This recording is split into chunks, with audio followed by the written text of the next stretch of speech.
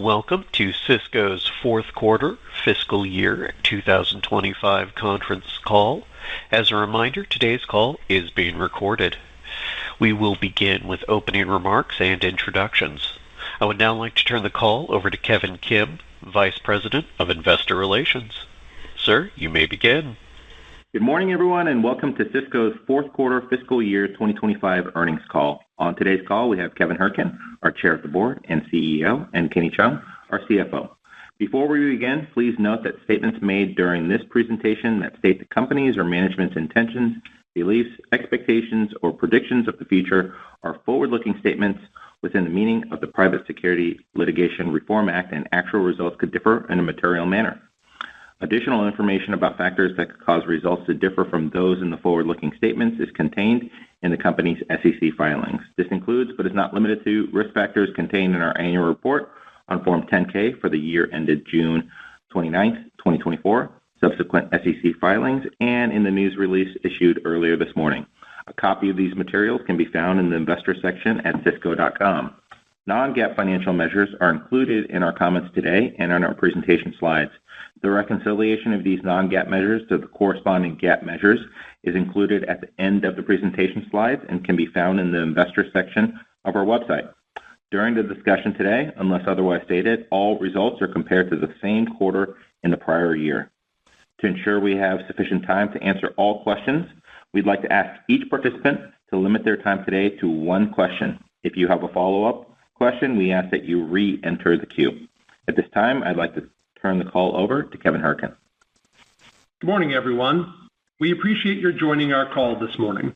Today, we will recap our fourth quarter performance, highlight our full year 2025 outcomes, provide an update on key initiatives that will drive our momentum in the new fiscal year, and finally, Kenny will share our view on our guidance for fiscal year 2026. Let's get started with a highlight of our fourth quarter financial outcomes. We are pleased to report that our fourth quarter adjusted results exceeded our expectations. Traffic to restaurants improved throughout the quarter, and Sysco-specific initiatives delivered improved financial outcomes, top to bottom. The progress accelerated throughout the quarter and has continued into July for Sysco. All considered, Q4 was a relatively steady quarter from the perspective of restaurant foot traffic. On a monthly basis, April traffic trends for the industry were down 1.5%, May was down 1%, and June was down approximately 0.9%. The quarter overall was down 1.1%, which represented approximately 190 basis points of improvement versus Q3's traffic level of down 3. It is good to see the industry stabilizing after a rocky start to the calendar year. I'll now pivot to Sysco's results for the quarter. As you can see on slide 4, we delivered sales results of $21.1 billion, up 2.8% on a reported basis, and up 3.7% to last year when excluding the divestiture of our Mexican business. We delivered adjusted operating income of $1.1 billion, up 1.1% to last year, and adjusted EPS growth of $1.48, up 6.5% relative to last year.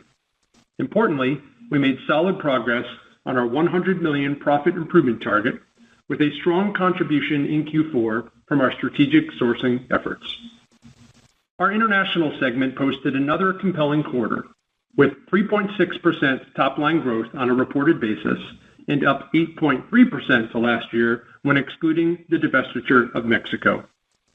International posted strong local case growth of plus 4% in the quarter. Adjusted operating income increased 20.1%, representing the 7th consecutive quarter of double-digit profit growth. Strength was delivered from across all international geographies, with notable strong performances from Canada, Great Britain, Ireland, and Latin America. We expect a continuation of strong international financial performance in fiscal 2026. Within USFS, our national sales business delivered 1.3% volume growth for the quarter. Unpacking those results further, our non-commercial national business continues to perform at a very high level, with strength in food service management, education, and travel and leisure. Most importantly, gross profit within national sales grew almost 3 times faster than volume due to the excellent efforts by the team to improve profitability of the national business.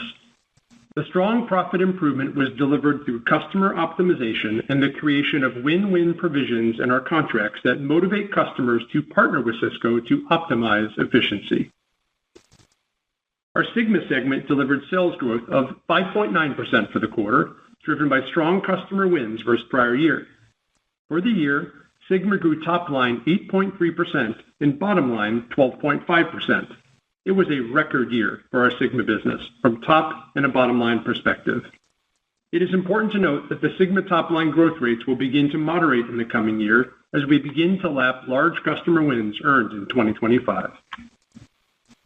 On the local side of our business, we delivered negative 1.5% case volume within our U.S. food service segment during the quarter. As shown on slide 8, this was a meaningful 200 basis point step up versus our Q3 outcomes. U.S. food service volume reporting included impact from exiting a business within FreshPoint that did not meet our profit thresholds, which negatively impacted our total local performance by over 50 basis points. When excluding this intentional business exit, our USFS local business performed at a negative 1% rate. Again, a meaningful step up versus Q3 and a strong improvement relative to our full year results.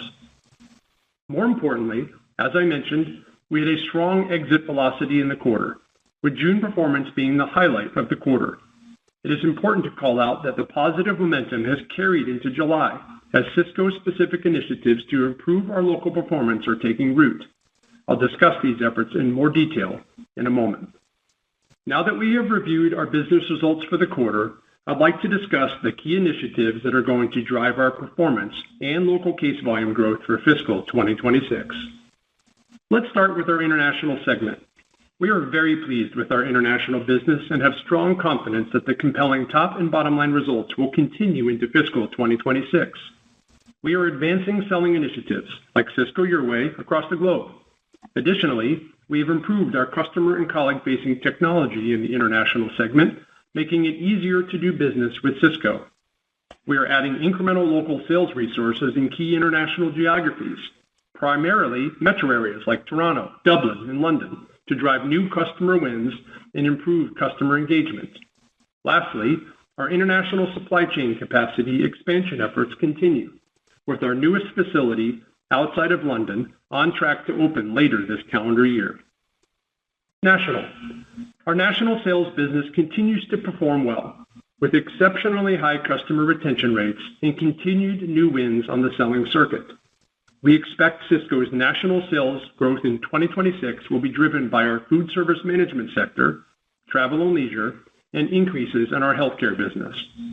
To further unlock growth, we are allocating our national sales resources to the highest potential segments of the business and are making technology investments to deepen our connectivity with our largest customers. Lastly, Total Team Selling is beginning to gain traction amongst our largest customers, with an increasing percentage of national customers purchasing from at least one of our specialty platforms. Lastly, I'd like to discuss our improvement efforts and strategic growth drivers for our local business. Let me start by saying that we are very confident that we will deliver profitable local volume growth in 2026 within every country we operate, especially in the United States. We have addressed the key challenge of 2025 head on, and we have growth activation initiatives launching this summer. First off, I want to start by discussing our sales colleague population. We have fully stabilized our sales colleague retention and are now fully focused on improving sales colleague training, productivity, and effectiveness. The stabilized colleague retention is important because it will drive significantly improved customer retention in 2026. As we enter 2026, we will be lapping last year's excessive colleague turnover and will replace that condition with strong in-year retention. A headwind in 2025 will be converted into a tailwind in 2026. We are seeing the beginning positive impact of this equation in our July results. That positive impact will grow throughout 2026. As I mentioned a moment ago, now that we have stabilized retention, our leadership focus turns to driving improved productivity of the sales force, through training and upskilling of our sales colleagues. Additionally, our initial cohorts of sales consultant hires from calendar 2024 are beginning to eclipse their 12 to 18-month anniversary with Sysco. As Kenny has said many times, this time horizon is important, as it is when the productivity of a sales consultant significantly improves. As each quarter progresses, an increased number of our sales consultants will eclipse their 12 to 18-month mark, increasing their positive impact on Sysco's results. As sales colleague tenure improves, our results improve. Lower turnover in 2026 means higher customer retention, and higher retention means more productive colleagues. These two factors will be powerful drivers of improved outcomes for Sysco in 2026. To complement the strength and productivity of our sales professionals and further improve our business results, we are launching select growth initiatives this summer and fall. First up is a rewiring of our Perks customer loyalty program. Perks will evolve from a marketing and rewards platform into a hard-hitting, exceptional customer service program targeting our most important customers. The why is clear. These customers buy the most often, and they deserve the absolute best from Sysco. We have trained our operations, inventory, merchandising, and sales teams on the key tenets of Perks 2.0, and we are ready to launch this summer. The program will improve customer retention and will improve penetration of business with existing customers. Next up is an AI-empowered sales tool to help improve the productivity of our sales colleagues. As you know, we leverage a CRM platform to guide the work of our sales teams. Our technology teams have been hard at work to supercharge our CRM capabilities by leveraging AI to help our sales consultants succeed. The enhanced capabilities will reside in the palm of the colleague's hand on their smartphone. The features of the tool will help our team to drive increased levels of selling effectiveness, increase close rates on sales suggestions, and deliver higher rates of customer satisfaction. To say that we are excited about this capability would be an understatement. Our newer sales colleagues will benefit the most from the powerful capabilities of our AI-powered CRM. Last up is price agility. As we have previously communicated, we are piloting improvements to our pricing architecture that improves sales colleague engagement with customers by providing the sales force the ability to be more agile in responding to pricing requests. Our sales reps will be enabled to make decisions in the moment, leveraging the science of our pricing software. In July, we are expanding our pilot to additional geographies to learn more about the change management process required for a national rollout. As I wrap up my prepared remarks, we are pleased with our strong performance in Q4 and the progress that we are making in local volume. Most importantly, we are excited about the exit velocity of the quarter and that the momentum has carried into July. We are confident that improved sales consultant retention, increased sales consultant tenure, and the 3 growth programs I just covered will drive profitable and positive case growth for Sysco in fiscal 2026. We expect that positive local case growth will in turn support our financial targets. With that, I'd now like to turn the call over to Kenny. Kenny, over to you. Thank you, Kevin, and good morning, everyone. I plan to start with high-level thoughts on our performance, detail our financials, and then introduce our full year 2026 guidance. As we outlined before, business plans don't always materialize the exact way you draw them up on paper. This year was no different. However, our teams remain both nimble and focused as we leverage our leadership position within the industry to successfully apply the Sysco playbook. The operational rigor of our organization provides us a high degree of confidence for delivering our 2026 guidance across the P&L and our capital allocation commitments. To start, financial results this quarter included sales growth of 2.8% and adjusted EPS growth of 6.5%, representing strong year-over-year performance and noteworthy sequential improvements compared to the prior quarter.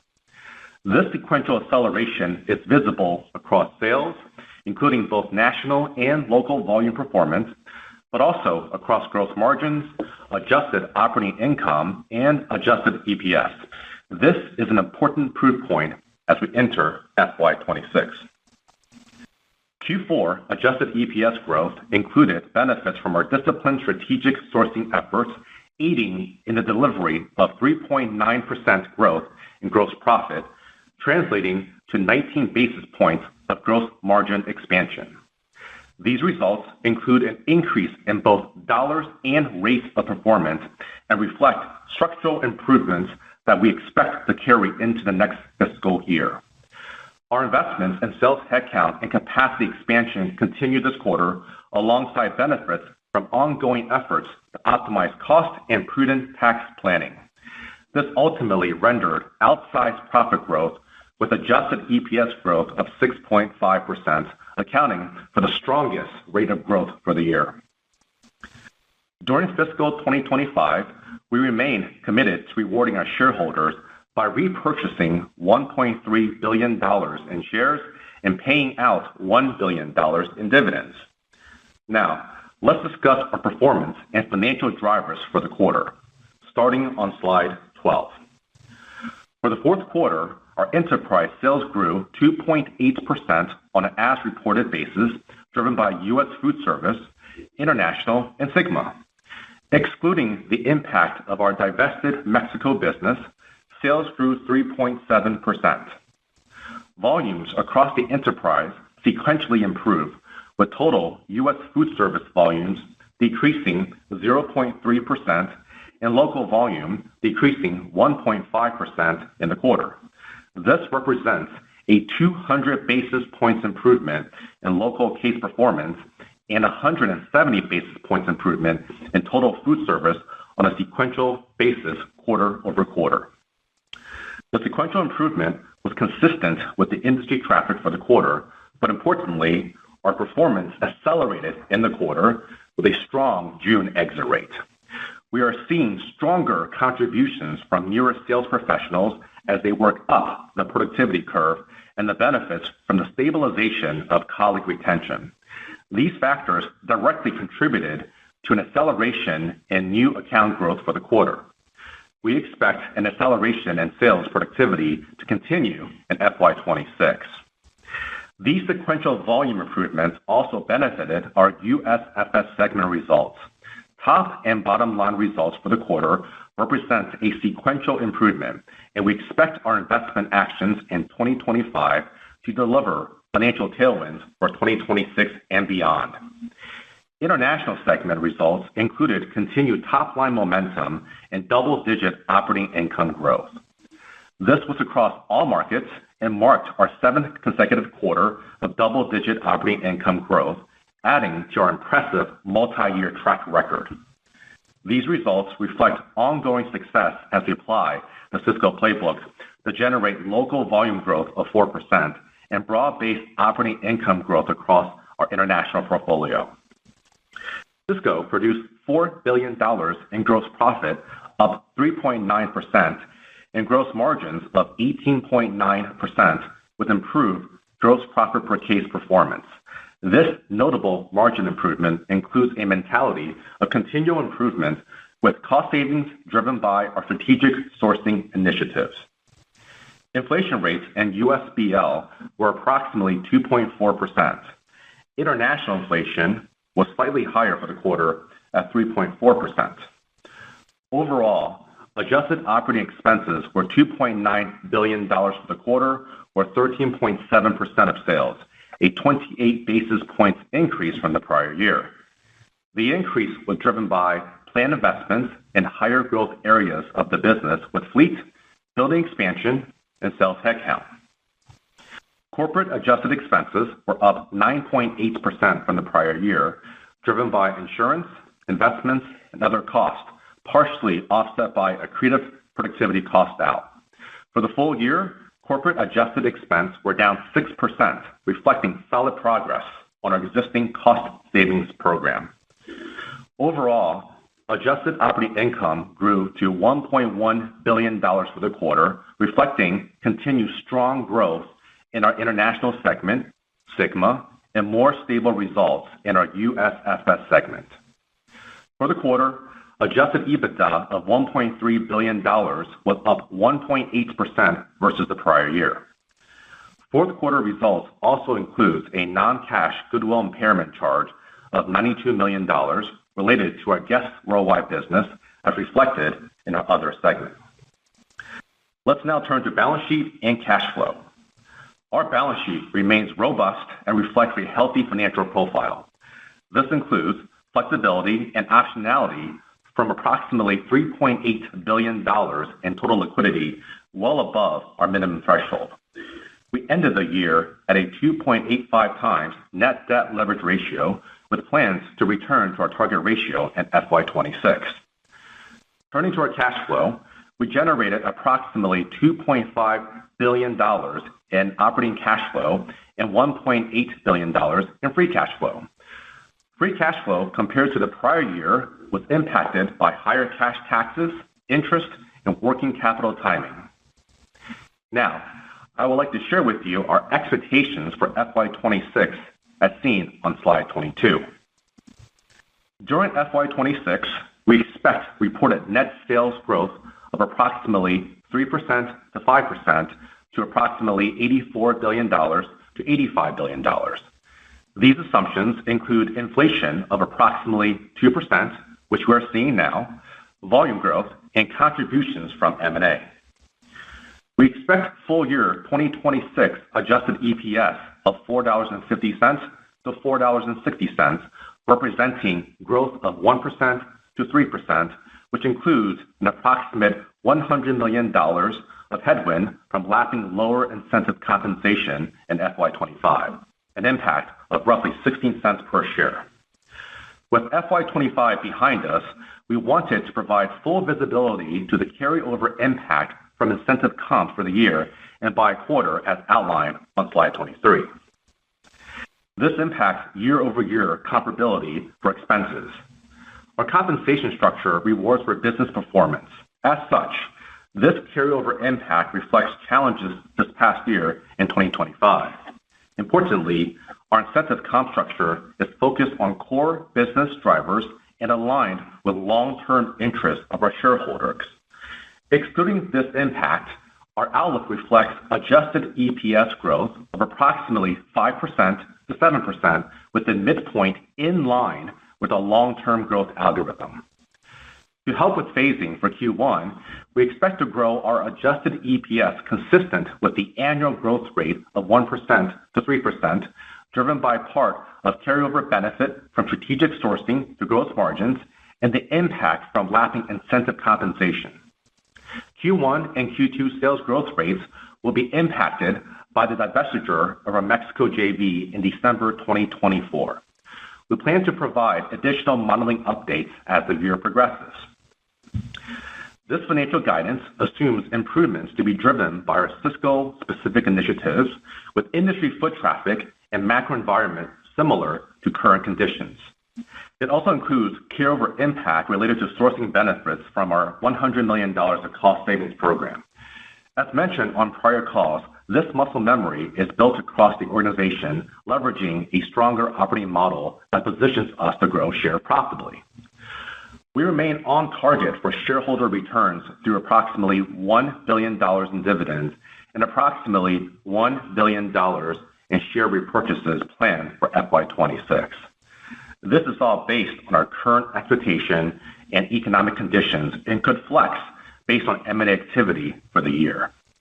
Specific to our dividend, our expected payout for FY26 equates to a 6% year-over-year increase on a per-share basis, highlighting our commitment to our standing as a dividend aristocrat. In terms of leverage, we expect to end the year within our stated target of 2.5 to 2.75 times net leverage ratio and maintain our investment-grade balance sheet. Now turning to a few other modeling items. For FY26, we expect a tax rate of approximately 23.5% to 24%, and adjusted depreciation and amortization of approximately $870 million. Interest expense is now expected to be approximately $700 million, while other expense is expected to be approximately $45 million. The elevated D&A levels will be driven by continued capacity expansion, such as the expansion outside of London this coming year, as Kevin highlighted. CapEx is expected to be approximately $700 million, representing less than 1% of sales. This includes growth and maintenance CapEx and an eye towards optimizing spend levels across the enterprise as the organization further sharpens our collective efforts around driving ROIC. Looking ahead, we like our position and we remain focused on leveraging our position as the industry leader to support the growth of our customer while also continuing to unlock value for our shareholders. With that, we'll turn the call back to Kevin for closing remarks. Thank you, Kenny. We are pleased with the strong performance in Q4 and, more importantly, the strong exit velocity of the quarter. Our leadership team placed tremendous focus on improving our local business, strengthening our gross profit through strategic sourcing, and tightly managing our expenses through productivity improvement. The team stepped up and delivered a beat performance versus what we expected 90 days ago, and I'm proud of their efforts. As we look toward 2026, we expect to build upon the Q4 momentum and deliver improved financial results for Sysco and our investors. Our top-line results will strengthen based on the sequential improvement of our local business throughout 2026. The improvement starts and ends with our colleague population. We have stabilized colleague retention. As a result, our customer loss rate will improve greatly in 26 versus 25. Stabilizing colleague retention will also enable us to improve colleague productivity in 2026. We will measure our improvement through the continued expansion of our gap between new customer wins and reducing customer losses. The spread between new customer wins and customer losses improved greatly in our Q4. In fact, the gap between new and lost doubled in Q4 versus the year-to-date results in Q1 through Q3. We see the positive spread between new and lost expanding further in 2026 through the growth initiatives that I covered on today's call. Our future is bright at Sysco, and we are excited for the year ahead. We head into this next fiscal year with positive momentum, and we are well positioned for continued improvements. We plan to leverage our competitive advantages as the industry leader. This includes strong diversification across our diverse customer types, our wide product assortment, and our geographic diversity as the only global player in the food away from home landscape. Food away from home is a good business. It takes share from the grocery channel every year. As I've said before, the pie is getting bigger, and Sysco intends to take a bigger slice of that expanding pie. We are confident shareholders are positioned to benefit from our industry-leading dividend, compelling ROIC, intentional share buybacks, and improving financial results. Q4 displays the beginning of improving our local business, and the momentum will accelerate throughout 2026. I am thankful for our leadership team and our entire 75,000 colleague population for the strong efforts in 2025. The team leaned into some stiff challenges in the macro and at Sysco specifically. The hard work of the past year is poised to have a positive impact in 2026. With that, operator, we're now ready for questions. At this time, if you'd like to ask a question, please press the star and 1 keys on your telephone keypad. Keep in mind you can remove yourself from the question queue at any time by pressing star and 2. We do again ask that you limit yourself to 1 question. If you have any follow-up questions, you may re-enter the queue. Again, it is star and 1 to ask a question today. We'll take our first question from Jake Bartlett with Truist Securities. Please go ahead. Your line is open.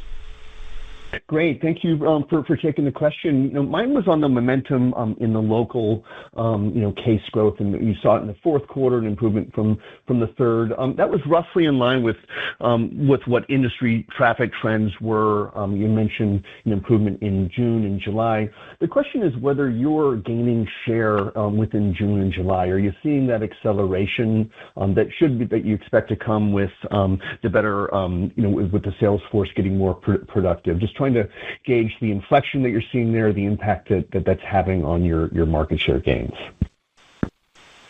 Morning, Jake. It's Kevin. Thanks for the question. Yes, sir, we're really pleased with Q4's progress versus Q3, but more importantly, that exit velocity. So it's in the data that we shared.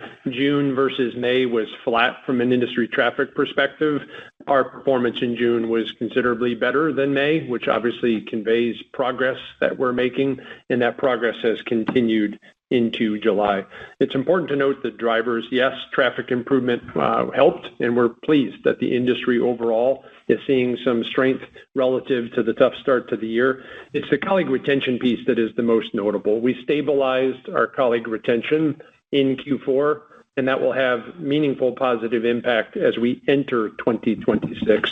Because the 2025 story is about customer loss that occurred tied to colleague separation or colleague departure, and we're not going to be lapping those losses until we're in Q1. That's the point. So the strength of that, the headwind of 25 being replaced by a tailwind in 26, will be evident as we enter our Q1. So we wouldn't have expected that positive impact to be in Q4 because these are losses that have already occurred, and you carry that loss until you're at month 13. So we've stabilized retention. That is an important key point.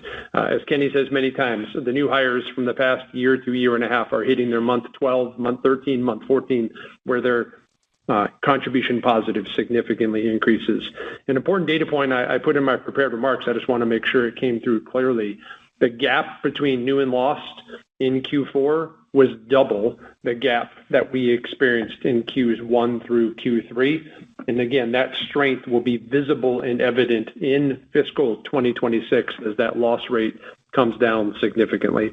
And when I add on top of that, the 3 growth initiatives that I referenced on today's call that launched this summer and into early fall, we have significant confidence in our ability to deliver positive and profitable local case growth, to take share, and that gives us the confidence in the guide that we put out there. It starts and ends with the colleague population stability, which we have achieved, and the tools that we are providing to our colleagues that help them increase their productivity. I'll toss to Kenny if he wants to add anything. Sure. I agree with Kevin. 3 things from me. The first is, we are encouraged by the fact that we continue to see select geographies already hitting our growth expectations driven by SC additions and improved retentions, as Kevin just mentioned, and that's carrying over into Q1 2026. That's point number 1. Point number 2 is, Kevin talked about this. The 12 to 18 months is really important for us as the SC jumps on their productivity curve, and we're also seeing our retention playbook work across experienced SCs as well, right? So you have your year 2s, goes to year 3, 3 to 4, 4 to 5 years as well, and that helps on the overall sales pool, which actually drives our new customer accounts. This past quarter, we opened more new accounts than any other period this year. And Jake, as you know, new accounts are tomorrow's penetration opportunities. And then last but not least, we're seeing our service levels go up as well. Fill rates are up, on-time delivery is up as well, and this is the leading indicator for future business generation.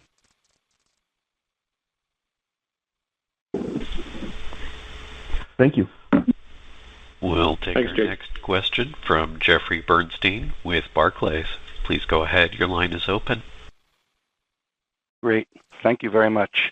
Just following on the top line trends, encouraged to see the improvement in recent months. I'm just wondering, to what do you attribute in terms of the broader industry that gives you confidence in sustaining the momentum over the next 12 months? And then just to clarify, within Sysco's expectations, again, not looking at the industry, but specific to your momentum, just wondering if you could share any color in terms of the local case volume growth within the 3 to 5% sales. I think you mentioned positive, and any maybe thoughts on M&A, whether for yourself or perhaps related to headlines that we've seen recently about consolidation among some of your larger peers. Just hoping to get a little bit more perspective on that. Thank you. Okay, good morning, Jeff. I'll start with broad industries. So foot traffic to restaurants down approximately 1% in the quarter. Certainly better than Q3. We believe Q3 was a bit of an anomaly. That's when the external news was quite negative. Consumer confidence dropped. The conversations about tariffs and the impact on consumer confidence that was happening. In our Q3 calendar Q1, the industry took a pretty significant step back. It's good to see in the most recent quarter an improvement against that. We think the anomaly was actually the start to the year, and what we just saw as an industry in our Q4 is more reflective of the operating environment. And Kenny said it in his prepared remarks. We're expecting the current conditions to continue for 2026. Read down slight traffic to the industry overall for this next fiscal year. And the growth that we will deliver will come from taking share. We're confident in our ability to do that. As I mentioned a few moments ago, we're not going to repeat the customer loss rate that we experienced in 2025. We will be lapping those customer losses. We've been doing great with new customer wins over the past 3 quarters. I've shared that pretty openly on earnings calls. So we will sustain our new customer win rate. We will significantly improve our customer loss rate. And when we layer on top of that the Perks 2.0 program I mentioned, which is going to significantly improve the service experience that our top customers will benefit from, that's going to drive penetration improvement. That will drive improved customer retention as well. The AI 360 capability, which is our name internally for the AI-empowered CRM, is going to be meaningfully helpful. I'll talk more about that, I'm sure, as a part of this call. And we put all those things together. We are confident, even in a flat to down overall macro, that we can grow local, that we will grow it profitably, and that will occur in fiscal 2026. So, Kenny, I toss to you for additional comments about the guide. Over to you. Sure, absolutely. So, in terms of foot traffic, Kevin's right. One thing to put things in perspective, though, foot traffic, while it's a good proxy as a whole for Sysco, if you think about our business, right, we have 2/3 of our business is restaurant, and 1/3 of our business is recession-resilient categories such as education, healthcare, travel, and the like. And even within restaurants, our customer ranges from QSRs to casual dining to fine dining. So, and let's not forget that 20% of our business is international segment, which serves as in our view, a strategic counterbalance, right? And enhances the resiliency and stability of our overall business. In terms of the guide itself, Jeff, on the 3 to 5%, let me unpack that a little bit for you. So, top line 3 to 5%, which is $84 billion to $85 billion.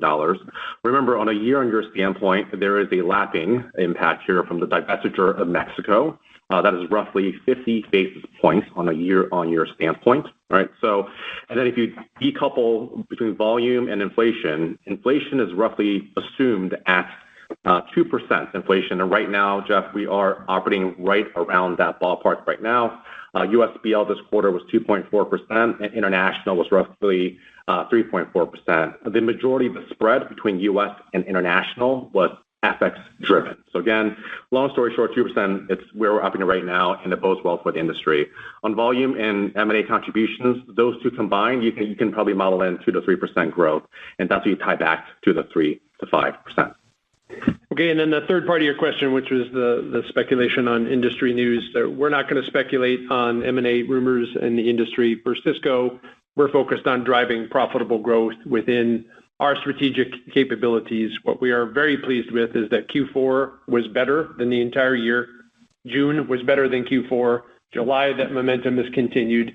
As we progress into 2026, we will be lapping an accelerated or elevated loss rate last year that will not be repeated. When we layer on top of that condition, the growth initiatives that I just referenced, we have strong confidence in our ability to take share, profitably grow the business, and deliver upon the guidance that was just communicated by Kenny. And we're positioned, therefore, to have compounding improvement to the overall financial health of the company. So we have confidence in our ability to succeed in the marketplace.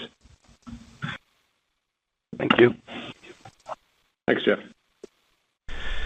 We'll take our next question from Alex Slagle with Jefferies. Please go ahead. Your line is open. All right. Thanks. Morning. Question on international. Just given the recent strength in this business, do you expect the year-over-year growth momentum we've seen to moderate a bit as you lap this growth? Maybe you could just kind of call out some of the specific drivers that give you the visibility for that growth to continue as we roll through the year. Yeah, good morning, Alex. This is Kevin. We expect the success in our international segment to continue in 2026, not to moderate or slow down. The why is the health is coming from all geographies.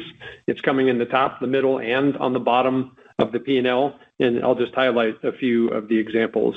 The success we're having on the top line, which is volume strength, especially in local. We're driving a 4+% case growth in local. We expect for that level of performance to continue into 2026 for the following reasons. We're adding sales resource headcount into the street sales side of the business, the local side of the business in major metros. So Toronto has an opportunity to see increased headcount, boots on the ground boots on the street, increasing our ability to serve local restaurant customers. We're doing that play in Dublin. We're doing that play in London. We are doing that play in Stockholm. When we do that in international, we're increasing our physical presence on the ground, and we are seeing market share capture coming from that. We've improved our website in each of those countries. We've improved our ability to have relevant pricing in each of those countries. And each of those three vectors is driving volume capture. Examples like Sysco Your Way are enabling that success. In the middle of the P&L, we've launched strategic sourcing in every country, and we did that first in the United States. We've carried that playbook to each international geography. Food is inherently purchased local, but that capability of strategic sourcing exists and that opportunity exists in every country, and we're expanding our profit margins because of that excellent work done by our merchandising and buying teams.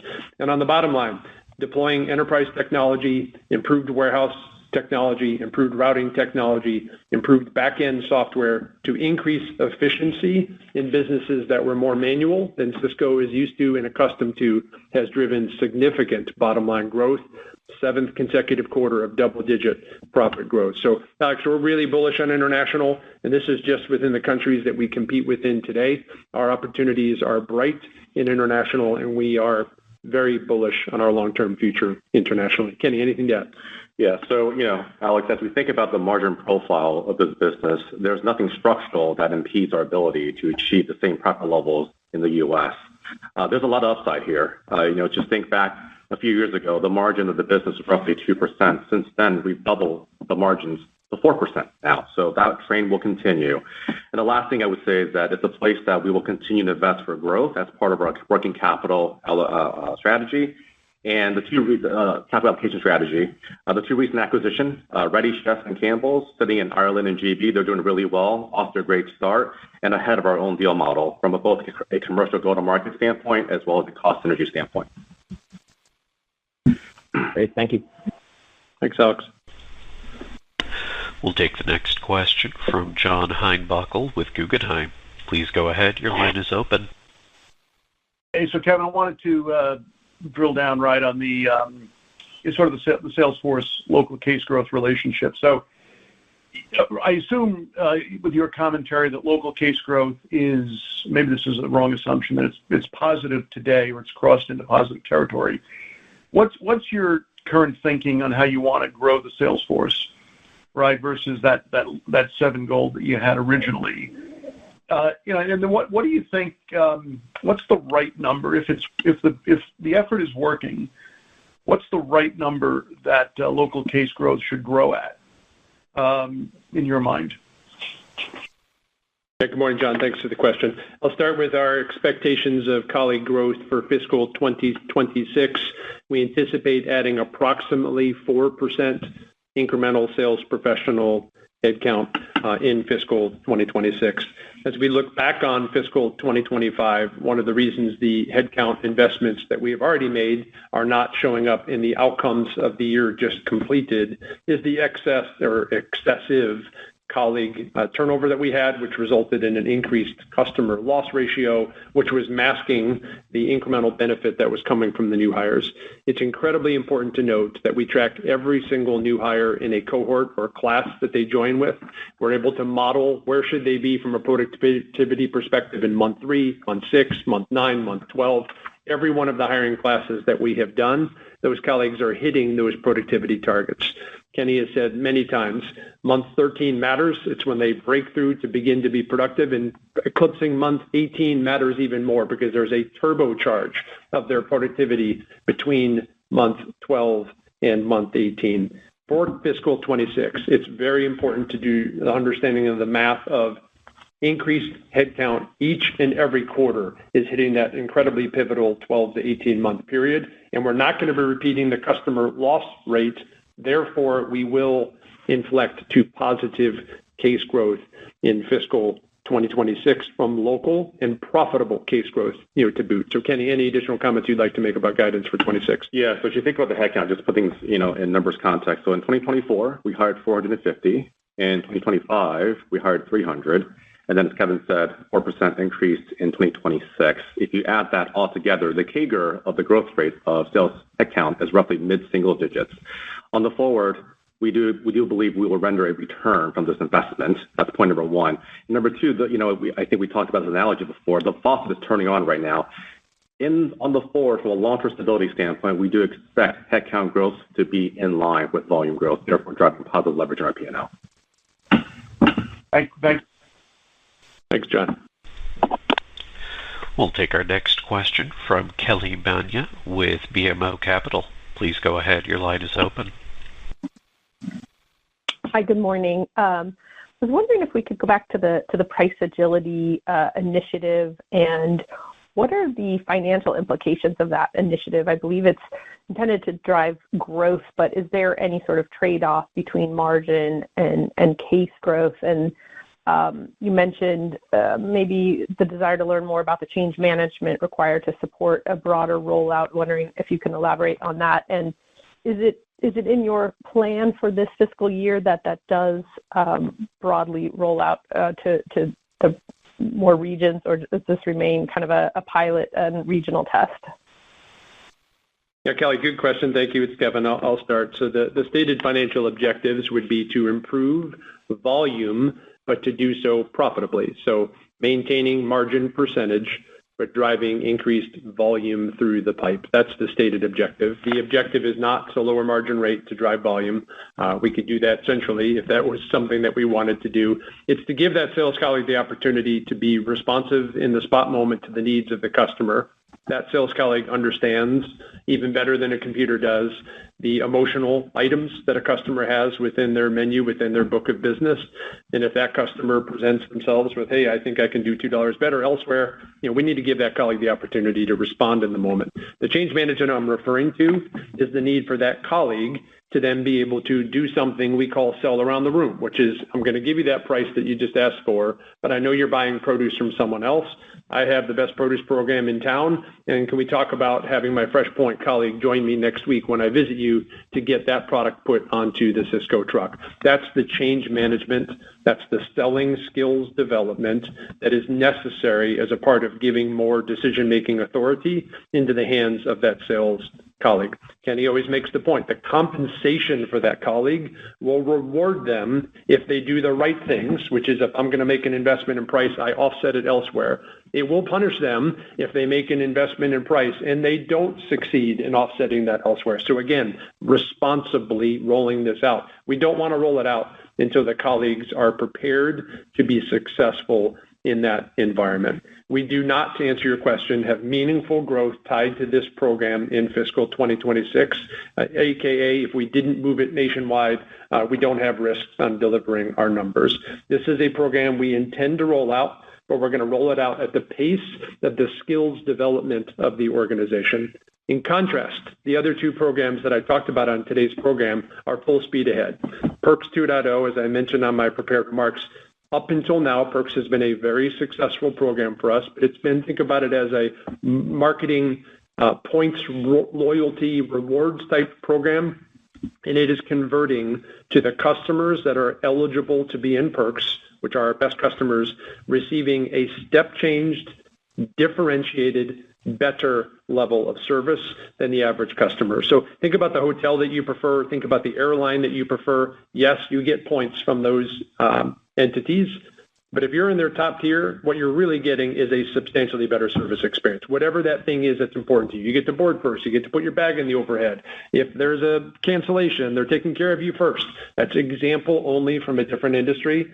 In our industry, we know exactly what these key tenets are that matter to our customers, and these Perks customers are going to get a substantially elevated service program, and we don't need to test that. We're rolling that out nationwide, and we're rolling it out this summer, and it's going to make a difference. It's going to make a difference on our customer retention. It'll make a difference on our penetration, and we are confident, because we have been testing this in a spot market, that it will have an impact, and we have accounted for that in our guidance, and we are confident in its ability to move the needle. And the other program I announced today, this AI CRM, is a really big deal. As I said in my prepared remarks, To say we're excited about this would be an understatement. In the palm of the hand of our colleague on their smartphone, they have all the tools that they need to better understand that customer, to know what things could be offered to that customer, pre-approved from a pricing perspective. If they want to learn more about that product because they're not comfortable selling the item, they can quickly ask for input on how to sell that product in a free-form, AI-based language model that gives them really good suggestions on how to sell that product. So we will be rolling out AI 360 coast to coast. In the places that we are piloting that tool, the response rate from our colleagues, both tenured and new, has been remarkable. And as I said in my prepared remarks, where we are incredibly bullish is that newer, lower tenured colleague who has a lot to learn about the product range we have, about the selling process that we have. This tool helps accelerate their skills development and makes them a more effective sales rep, which will increase overall productivity.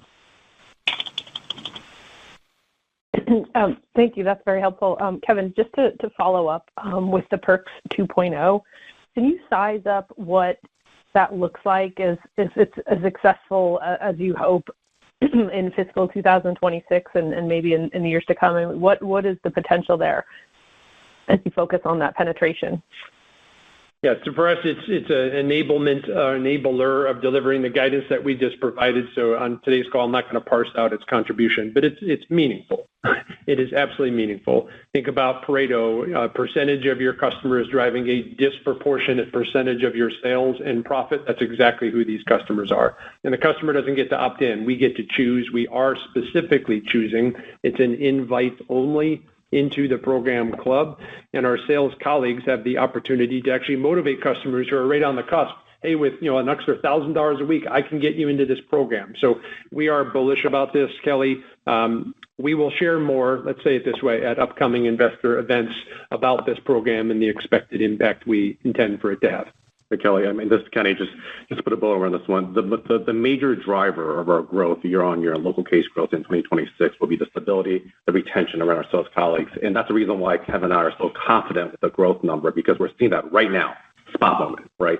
These three things that Kevin talked about, these are added enablers that will help us as well to help for this year, but more importantly for periods after to come.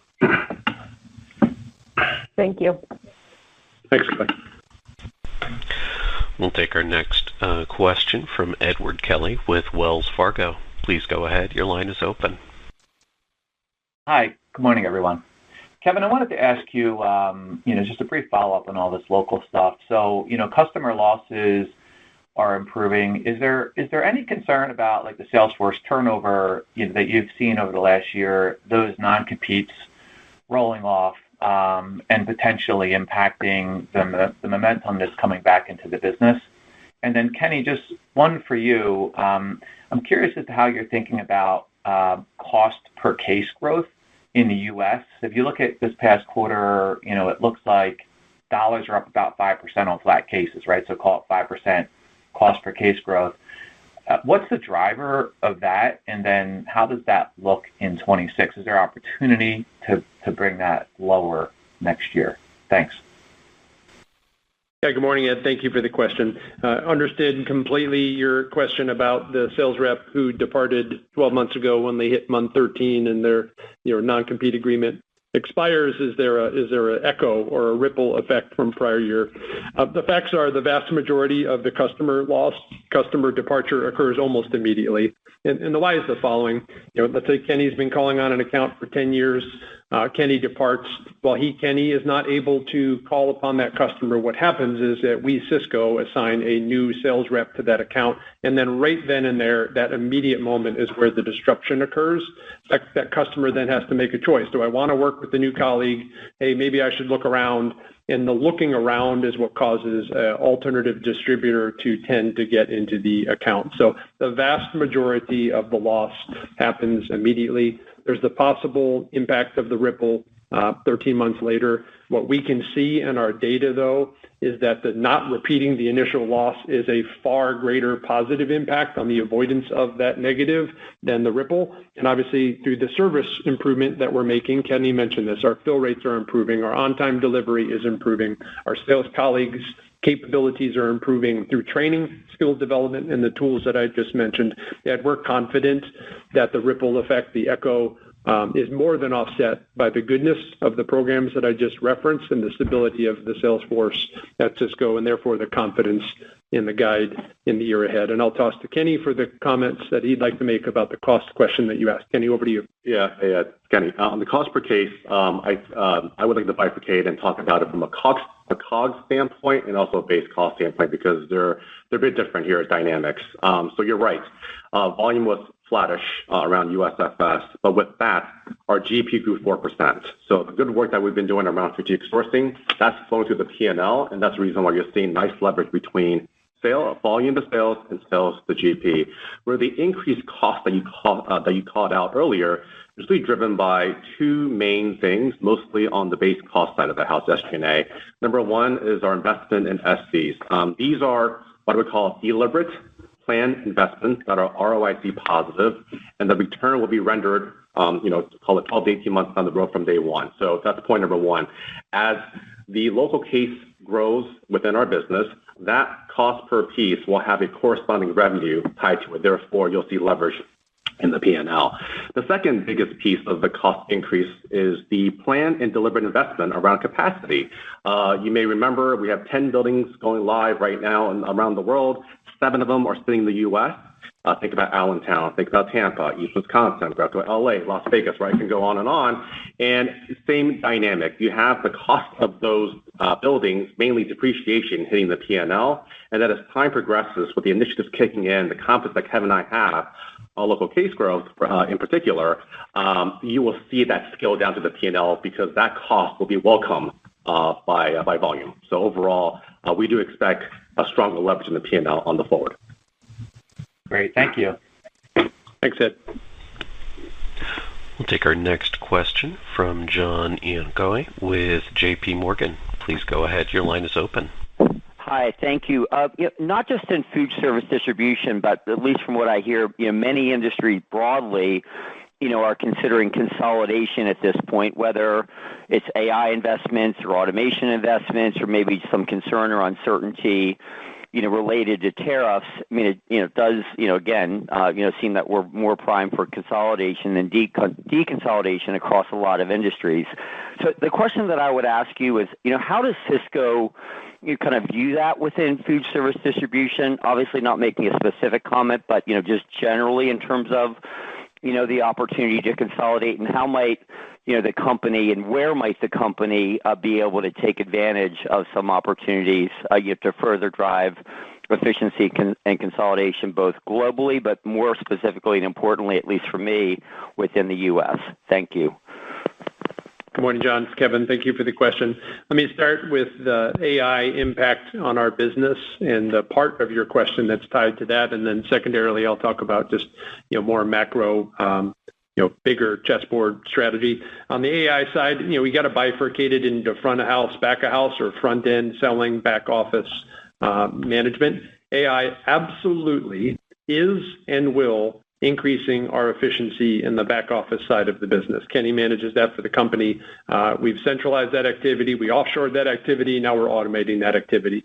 And AI can help turbocharge those efforts. Our merchandising division answers a tremendous number of questions from both customers and from our own sales colleagues. Like the amount of volume that flows through that pipe would stagger you. We can use AI to answer intelligently, accurately, many of those questions, which can make us more efficient. So we think about the back end, attack the cost. And we've done a good job of taking out structural costs at our company over the past years. Simultaneously, taking that cost out to invest for growth. See Tampa that we just grand opened last week and the other examples that Kenny gave around the world. So to be relentlessly zealot-like focused on taking structural cost out to invest in growth is the more macro strategy. On the sales force side, this is where I will delineate. We don't view it as a reduction in the future selling occupation in any way, shape, or form.